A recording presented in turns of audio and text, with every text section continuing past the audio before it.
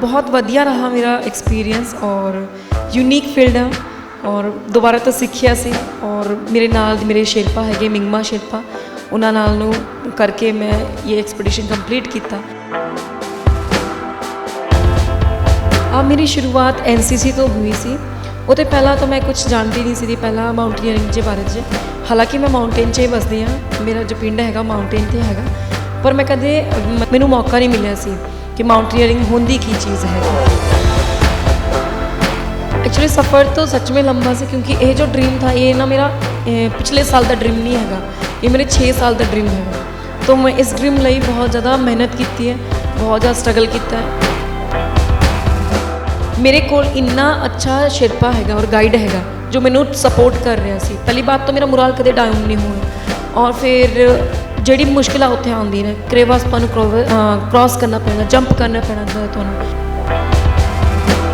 तुहाडे हाथ पैर ठंडे पै जाने ने, कई बार ऑक्सीजन की कमी हो जानी तुहानू, तो फिर तुहानू नींद आना स्टार्ट हो जानी है। तो तुसी अपना मतलब एक्टिवाइजेशन जिहड़ा तुहाडा है उहदे विच भी कई बार प्रॉब्लम आ जाती है। तो वही फूड असें सानू खाना पैंदा, मैगी हो गई वो खाने पैंदी है। पर मैं तो बड़ी देसी हाँ, तो मैं की करती सी कि बेस कैंप चो ही अपना आलू के परांठे बना ले, फिर पुलाव बना लिया। तो असी पहले वो क्लाइंब की, फिर वो बाद असी फ्लाई किया हैलीकॉप्टर विच माउंट कंचनजंगा, फिर कंचनजंगा के बाद एवरेस्ट, एवरेस्ट के बाद लोत्से, फिर लोत्से के बाद मकालू। यह करके असी ये 5 पिक्का असी क्लाइंब की 8000 मीटर के उपर।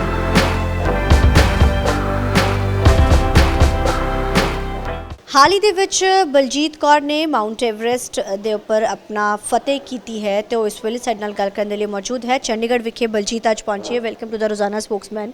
फतेह करके पहुंचे हो, किवें दा एक्सपीरियंस रहा? सत श्री अकाल पहले तो, और धन्यवाद तुहाडा, तुसीं मैनू इन्ना मान दिता और बहुत वधिया रहा मेरा एक्सपीरियंस और यूनीक फील्ड है और दोबारा तो सीखिया सी और मेरे नाल मेरे शेरपा है मिंगमा शेरपा उन्होंने नाल करके मैं ये एक्सपीडिशन कंप्लीट किया। मैनू बहुत वधिया लग्या जी। किवें दा एक्सपीरियंस सी बलजीत? सब तो पहले तो जानना चाहांगे जो भी आप किसी चीज़ बारे सोचते हैं, क्योंकि माउंट दे एवरेस्ट के उपर अपना फतेह करना, क्योंकि बर्फ़ होंदी है, टैंपरेचर, तमाम चीज़ां होंदियां। जर्नी किवें दी रही, किवें शुरुआत की, किवें शुरुआत हुई? क्योंकि अक्सर देखे जाते कुड़ियां बड़ियां सोफिस्टिकेटेड, हालांकि हुण ते कुड़ियां ने भी बड़ी चीज़ां फतेह कीतियां होईयां, हर खेतर विच मल्ला मारदियां, लेकिन किवें दा तुहाडी शुरुआत हुई सी जर्नी? मेरी शुरुआत NCC तो हुई सी। वो पहला तो मैं कुछ जानती नहीं सी पहला माउंटेनियरिंग के बारे में। हालांकि मैं माउंटेन च ही बसदी हाँ, मेरा जो पिंड है माउंटेन से है, पर मैं कदे मतलब ऐसा मैनू मौका नहीं मिलिया सी कि माउंटेनियरिंग होंदी की चीज़ हैगी। तो बस इन्ना ही पता सी कि कोई माउंटेन पर चढ़ते सी और बैग लेके चढ़ते से उतरते सी, बस ये। तो मैं क्यों चढ़ते हैं वो पहाड़ च, असी तो रोज़ चढ़ते हैं इत्थे। तो असी मतलब यह जे करके मेरे मन में बहुत ज़्यादा उत्साह और क्वेश्चन है। तो पर 2014 में कॉलेज ज्वाइन किया, उत्थे मैं NCC ज्वाइन की। उत्थे एक सिलेक्शन प्रोसैस चल रहा सी माउंट एवरेस्ट एक्सपीडिशन का, उस टाइम सिलेक्शन चल रहा सी। तो मैं सोचा मैं भी पार्टिसिपेट कर देवां। मैंने पार्टिसिपेट किया तो 2 कुड़ियां दी वैकेंसी सी, तो फिर मेरा नाम आ गया उहदे विच। फिर उत्थे मेरा सफ़र स्टार्ट होया। उहदे विच ही मैं बेसिक कोर्स किया और 3-4 एक्सपीडिशन किए और साथ ही किए और फिर विंटर ट्रेनिंग मैं की। तो उहदे विच असीं सब कुछ सीखिया कि किवें पहाड़ चढ़ीदा, की होंदा है पहाड़ विच, और टॉप विच जाके की लगदा, की महसूस होंदा। फाइनली ये जो सिलेक्शन था ये ऑल इंडिया तो गर्ल सिलेक्शन था और 100 जो कैडेट जड़ी थी उन्होंने सिलेक्ट किया गया। लास्ट विच 10 कुड़ियां नूं फाइनल सिलेक्ट किया माउंट एवरेस्ट लिए। क्या क्राइटेरिया क्या होंदा है? क्योंकि माउंट एवरेस्ट लिए तुसीं बोले सिलेक्शन होंदी, हालांकि किसी को शायद इन्ना जानकारी नहीं है कि सिलेक्शन होंदी, कोर्सेज होंदे आ, किवें मतलब सिलेक्शन होंदा, क्या क्या क्राइटेरिया रखा जाता है और क्या इस तो पहले भी चीज़ां होंदियां? जी एक्चुअली की है कि ये जो मौके ना मतलब बार बार नहीं आते हैं। तो इस साल विच 1-2 बार सिलेक्शन हो गया या फिर ये जो गौरमेंट ने ऑर्गेनाइज किया तो असी पार्टिसिपेट कर दिता जी। तो यह करके सानू इतना एक्सप्लोजर मिला।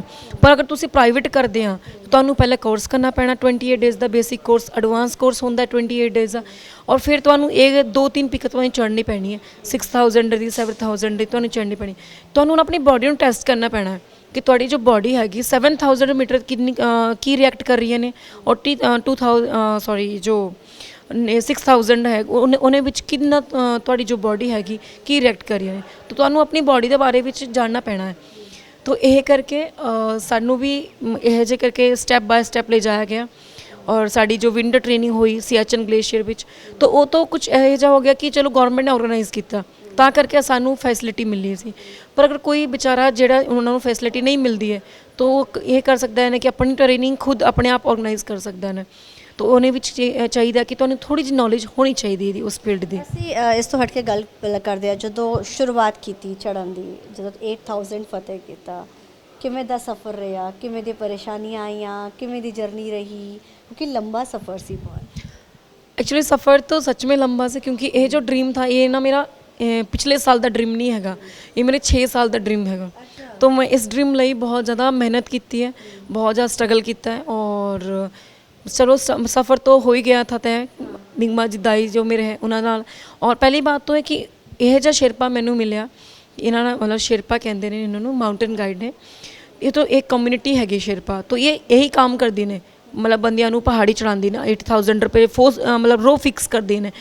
तो इन्ना मतलब मेरे नाल इन्ने अच्छे शेरपा है कम से कम, मैं तुहानू इन्हां बारे विच बताना चाहती हाँ। 7000 ਦੀ कम से कम 45 ਪਿੱਕਾਂ ਇਹ ਕਰ ਚੁੱਕੇ ਨੇ। ਮੈਮ ਤੁਹਾਡੇ ਕੋਲ ਅਸੀਂ ਪਹਿਲਾਂ ਜਾਣਨਾ ਚਾਹਾਂਗੇ ਤੁਹਾਡਾ ਸਫ਼ਰ ਕਿਵੇਂ ਦਾ ਰਿਹਾ, ਜਦੋਂ ਤੁਸੀਂ ਉੱਪਰ ਚੜ੍ਹਨਾ ਸ਼ੁਰੂ ਹੋਏ ਕਿਸ ਤਰੀਕੇ ਦੀਆਂ ਪਰੇਸ਼ਾਨੀਆਂ ਆਈਆਂ, ਕਦੀ ਦਿਲ ਵਿੱਚ ਮਨ ਵਿੱਚ ਆਇਆ ਕਿ ਨਹੀਂ ਛੱਡੋ ਮੈਨੂੰ ਕੀ ਜ਼ਰੂਰਤ ਹੈ ਮੈਂ ਵਾਪਸ ਆ ਜਾਂਦੀ ਆ, ਕਦੀ ਐਵੇਂ ਦਾ ਹੋਇਆ ਜਾਂ ਇੱਕ ਜਜ਼ਬਾ ਜਨੂਨ ਸੀ ਕਿ ਬਸ ਚੜ੍ਹਨਾ ਹੈ? ਮੈਂ ਤੈਨੂੰ ਵਹੀ ਕਹਿ ਰਹੀ ਹਾਂ ਕਿ ਮੇਰੇ ਕੋਲ ਇੰਨਾ ਅੱਛਾ ਸ਼ਿਰਪਾ ਹੈਗਾ ਔਰ ਗਾਈਡ ਹੈਗਾ ਜੋ ਮੈਨੂੰ ਸਪੋਰਟ ਕਰ ਰਿਹਾ ਸੀ। ਪਹਿਲੀ ਬਾਤ ਤਾਂ ਮੇਰਾ ਮੁਰਾਲ ਕਦੇ ਡਾਊਨ ਨਹੀਂ ਹੋਇਆ।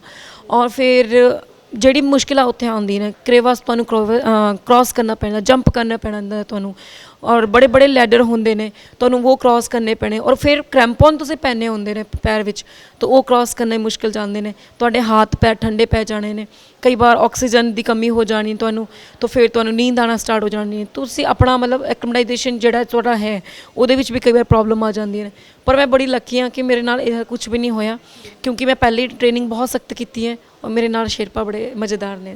ਸੋ ਪਰੇਸ਼ਾਨੀਆਂ ਜਦੋਂ ਆਪਾਂ ਜਾਂਦੇ ਆ, ਖਾਣ ਦਾ ਕਿਵੇਂ ਦਾ ਰਹਿੰਦਾ ਸਿਸਟਮ, ਆਕਸੀਜਨ ਲੈਵਲ ਕਿਵੇਂ ਦਾ ਰਹਿੰਦਾ, ਜਦੋਂ ਤੁਸੀਂ ਫਤਿਹ ਕੀਤਾ ਉਹ ਐਕਸਪੀਰੀਅੰਸ ਕਿਵੇਂ ਦਾ?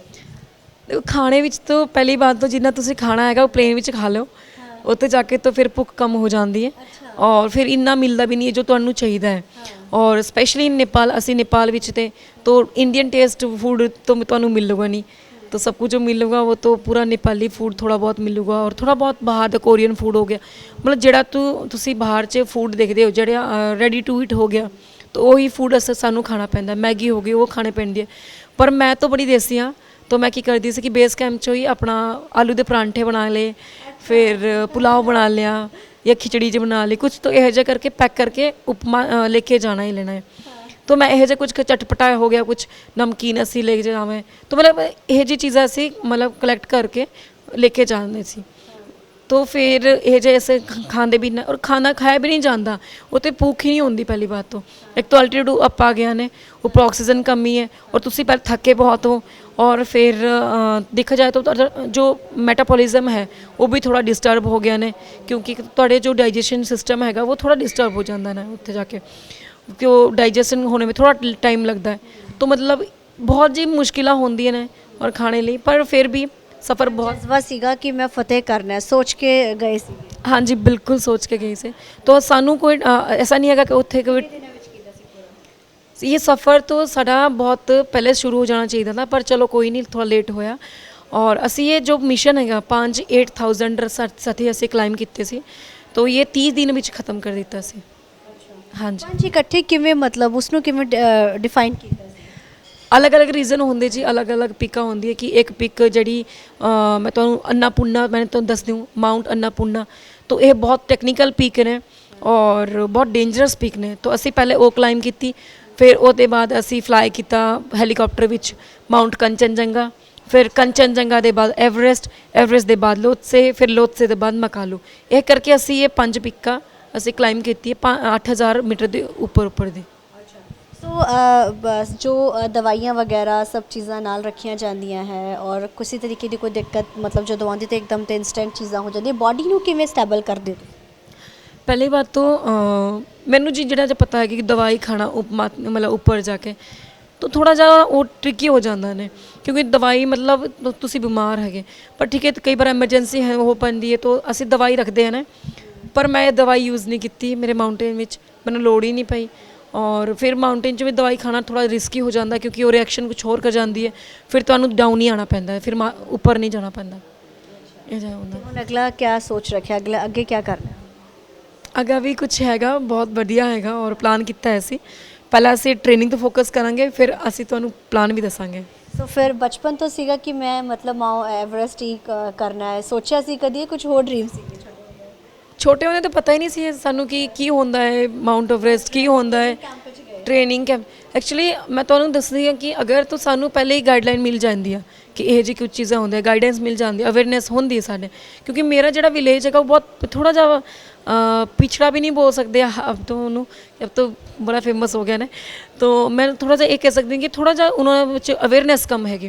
तो यह जी फील्ड पहली बात तो तुम ये देखो कि सोलन तो कोई हैगा ही नहीं, मतलब माउंटेनियर ऐसा कोई जो एक्सप्लोर करे भी इन्ना, माउंटेनियरिंग कोर्स सब ने किते ने पर थोड़ा जा एक्सप्लोर करने वाला कोई नहीं हैगा, तो सानू पता ही नहीं हैगा। तो असी मनाली कोर्स करने गए, उत्थे जाके असें पता लगा इन्ने सारे माउंटेनियर हैगे, अलग अलग माउंटेनियर ते असी मिले, उन्होंने सीखिया। फिर मतलब मैं तुहानूं दसना चाहुंदी कि ਜਿਹੜੇ ਪਲੇਸ ਤੇ मैं ਰਹਿੰਦੀ ਹਾਂ ਉੱਥੇ ਇਹ ਜਿਹਾ ਕੁਝ ਵੀ ਨਹੀਂ ਐਕਸਪਲੋਜ਼ਰ ਸਾਨੂੰ ਮਿਲਿਆ ਨਹੀਂ। ਇਹ ਤਾਂ ਕਾਲਜ ਜਾ ਕੇ ਇੱਕ ਲੱਕ ਵਿੱਚ ਚਮਕ ਗਿਆ ਥੋੜਾ ਜਿਹਾ, ਔਰ ਐਨਸੀਸੀ ਨੇ ਮੈਨੂੰ ਮੌਕਾ ਦਿੱਤਾ ਸੀ, तो सब कुछ हो ही है।